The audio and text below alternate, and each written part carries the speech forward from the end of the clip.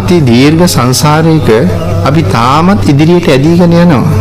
නමුත් මේ භවයේ කෙරවල කියන කාරණාව අපි තාම දන්නේ නැහැ. නමුත් බුදුරජාණන් වහන්සේ ඒක දන්නවා. මේ අහවල් පුජ්‍යලයා, අහවල් තැනැත්තා, අහවල් තැනැත්තිය මේ බුද්ධාන්තරේ නම් එහෙම තවත් අනාගත බුද්ධාන්තර ගණනාවක් කොයි බුද්ධාන්තරයේද මේගොල්ලෝ නිවන් අවබෝධ කරන්නේ? කොයි බුද්ධාන්තරයේද සසරින් මිදෙන්නේ?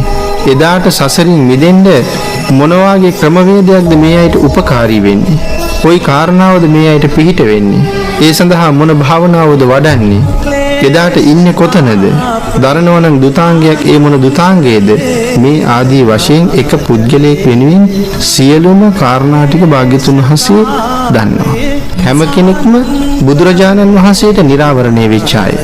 අපි බිත්ති හතරක් ඇතුලේ හිටියත්, අපි ගල් ගුහාවක් ඇතුලේ හිටියත් භාග්‍යතුන් වහන්සේගෙන් ආවරණය වෙන්න අපිට බෑ. භාග්‍යතුන් වහන්සේට නිරාවරණයි සංසාරයෙන් එතර වෙනකම්.